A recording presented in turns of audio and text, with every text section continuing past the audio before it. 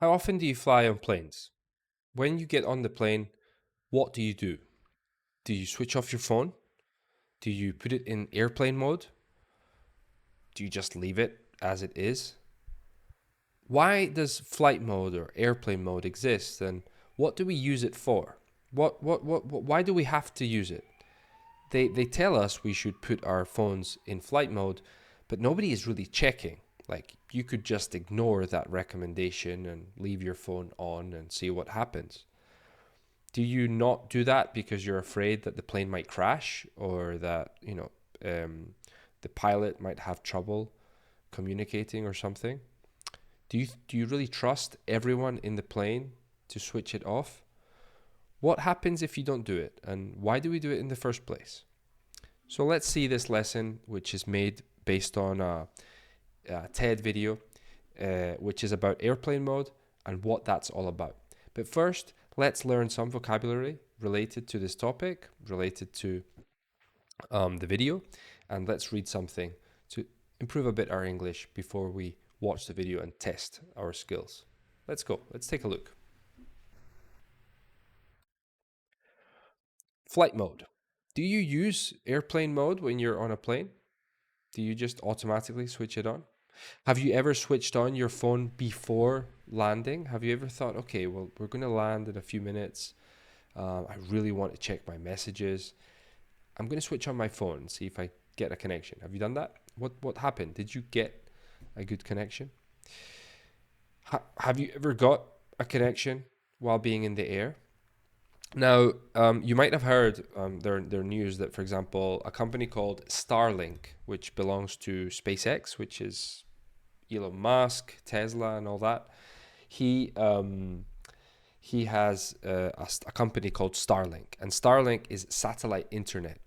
And apparently, airlines are now paying, or they're now starting to include Starlink service on their planes. And this actually means that we can not only connect to the Wi-Fi of the plane and get a good connection, but we can also apparently connect with our phone directly to the satellite. And now that's quite cool, I think, because that means if we can connect via satellite and we don't need these towers and things that we have normally on the ground, it means that you can get an internet connection anywhere. You could be in the middle of the jungle, the desert.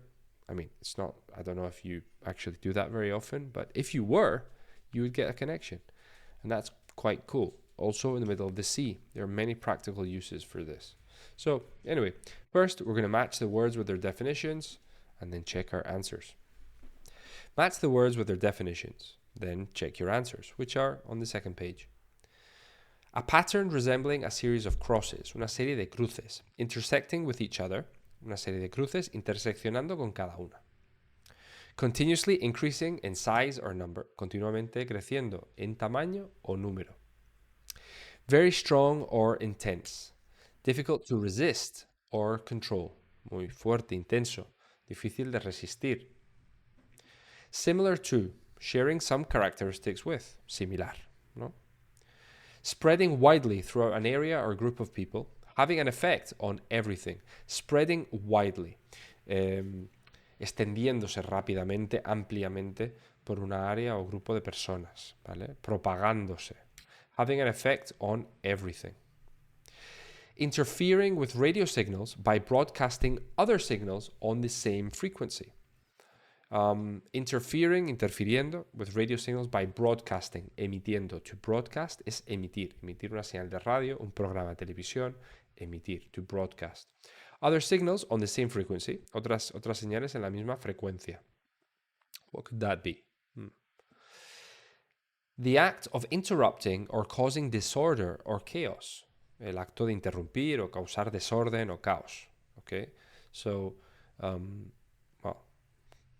creando caos. A sudden and powerful increase or movement forward. Una repentina. A sudden and powerful increase or movement forward. Hacia adelante. Present or found everywhere. Presente o encontrado en todas partes. O sea, que está presente en todas partes. To assert one's right or ownership over something. So, to claim, to assert one's right. To to claim one's ownership, reclamar o imponer, demandar tu propiedad de algo, ¿no? Tu derecho sobre algo. Radio waves that interfere with other signals and are not under anyone's control. Ondas de radio que interfieren con otras señales y no están bajo control de nadie. Cues or reminders that encourage someone to take action or do something. A cue es una señal, es como una señal para que hagas algo. Por ejemplo, en el teatro, a cue would be when an actor is waiting to go on stage and a colleague or the director gives them a cue. Now is your turn. Now you can come in. Okay. A brief or quick view or look at something. Un vistazo rápido. Vistazo rápido a algo. ¿Vale? Okay, so we begin with the first word, glimpses. So glimpses would be translated to Spanish like destellos. A brief or quick view or look at something. So un destello, un vistazo rápido. Akin to. Something that is akin to something else is something that is similar to. So that would be letter D, 2D. Number 3, ever growing. Ever growing. Ever growing. So ever means like forever. It non-stop. So ever growing, it never stops growing. It is always growing. And for that one, we have B, continuously increasing in size or number. Overpowering. So power is potencia, poder. Overpowering, sobrepotencia, sobrepoder. To impose your power over something else. To overpower something is to dominate something. And that would be to assert one's right or ownership over something. No, sorry. C, very strong or intense. Difficult to resist or control. Okay, very intense. Very strong or intense. Difficult to resist or control. Jamming. So to jam something is to block something. So for example, in terms of well, a traffic jam, we're all jammed in traffic. To jam something, jamming is in this case because we're talking about radio waves. So interfering with radio signals by broadcasting other signals on the same frequency. That is letter F. Okay, jamming. Prompts. So a prompt is like a sign or a signal. It is like an indication for something to happen, which is letter L. Cues or reminders that encourage someone to take action or do something. Okay. Rogue radio waves. So something that is rogue or that goes rogue, is it something that is independent of control? That does, for example, if a person is rogue or goes rogue, for example, the example that comes to my mind is a soldier. If a soldier goes rogue, means a soldier stops following the orders they have, the chain of command, and they start acting independently of what they are supposed to be doing. Okay, so that is to go rogue. Rogue radio waves would be radio waves that are not following their orders in a way. So radio waves that interfere with other signals and they're not under anyone's control. So they are radio waves that are just out there and doing whatever they want. Okay, que van por libre. ¿Vale? Son señales de radio que van por libre. A surge. A surge, when there's a surge, for example, a power surge, is when you're, if they're doing some works in the street and they disconnect your electricity and it comes back too strong and it can burn some of your devices at home, you have a power surge, like a sudden increase of power, okay? And that is letter H, a sudden and powerful increase or movement forward. Disruption. So to disrupt is to interrupt. To disrupt is to break the normal order of things. And that would be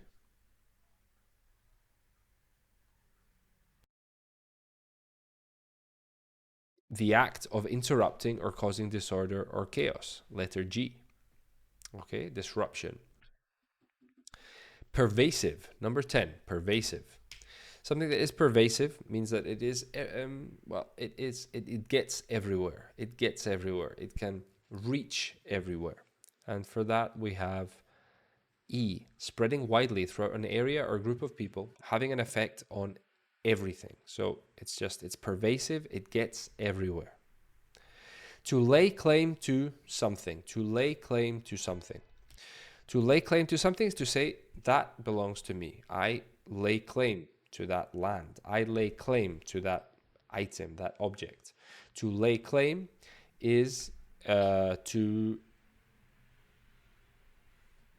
assert one's right or ownership over something.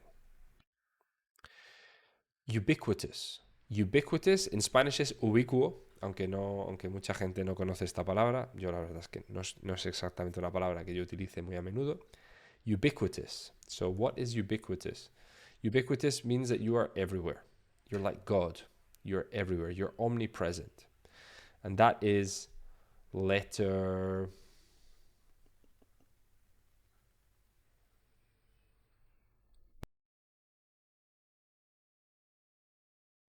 I. Present or found everywhere. Ubiquitous. Ubiquo, omnipresente. Number 13, crisscross. So crisscross, well, we only have one left. I don't know if you're aware of the one we have left. Is A pattern resembling a series of crosses intersecting each other. Crisscross. Crisscross is a pattern that is crisscrossing. It's intersecting with each other. Okay, lines that intersect.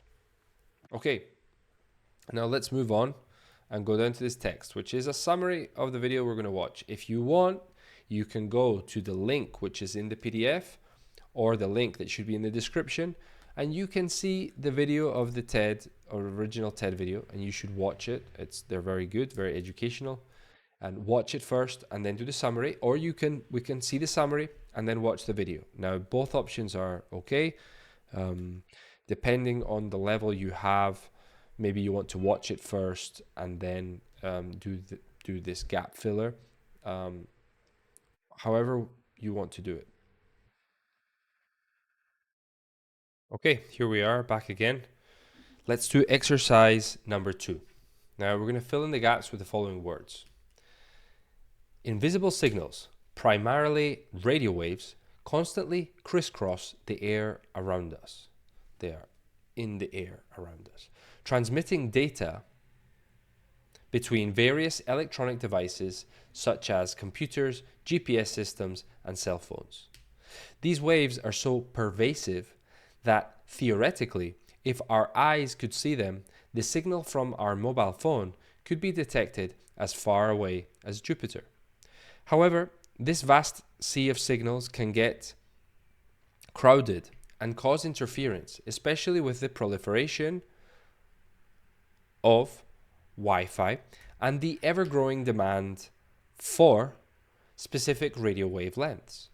A primary source of interference comes from cell phones, particularly those on airplanes. When people fail to switch their phones to airplane mode during a flight, the devices work harder to connect, emitting stronger signals. Due to the plane's high speed, a phone can unexpectedly get too close to a cell tower, bombarding it with an overpowering signal and causing disruption to other devices on the ground. This is akin to unintentionally jamming radio signals, which can impact various services. Moreover, the ubiquitous use of electronics has led to a surge in rogue radio waves, affecting internet speeds and call quality, driving consumers to seek more bandwidth. This, in turn, prompts service providers to lay claim to more of the available spectrum, leading to an even more congested airwave space. Furthermore, this oversaturation of radio signals isn't just an inconvenience for our daily communications. It also poses challenges for the field of astronomy. Radio telescopes, which observe deep space, rely on certain wavelengths. For instance, The Very Large Array can detect signals within our solar system ranging from 1 to 50 gigahertz. However, phones on 5G networks might interfere with signals below 5 gigahertz. In this radio noisy world, only a few places remain where the skies are less congested, allowing for clearer cosmic observations. These spots provide glimpses into the mysteries of space, such as the Milky Way's central black hole, unless they're interrupted by signals from carelessly used devices. Okay, so we've read the full text. If you want, you can play that again, listen to it again. Another idea is to try and read it yourself and imitate the way I've pronounced these words. Try to pay attention to the things that you're reading and also the new vocabulary that you have discovered. Maybe there are words that I have not highlighted that you might want to look up now. Do that. Write it down. Try to make use of these words that you encounter, and try to make sure you understand everything that you find in the lesson.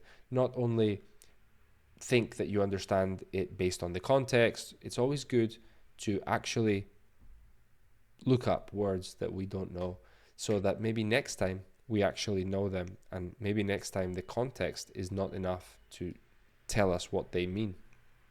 So anyway, as we can see, and if you have watched the video, if not, stop the video, watch it now, and based on the summary that we have just read, it's not really about interfering anymore. Maybe in the past, maybe originally, maybe 50 years ago, maybe phones, maybe planes were more vulnerable to the kind of interference that telephones can cause, but not anymore.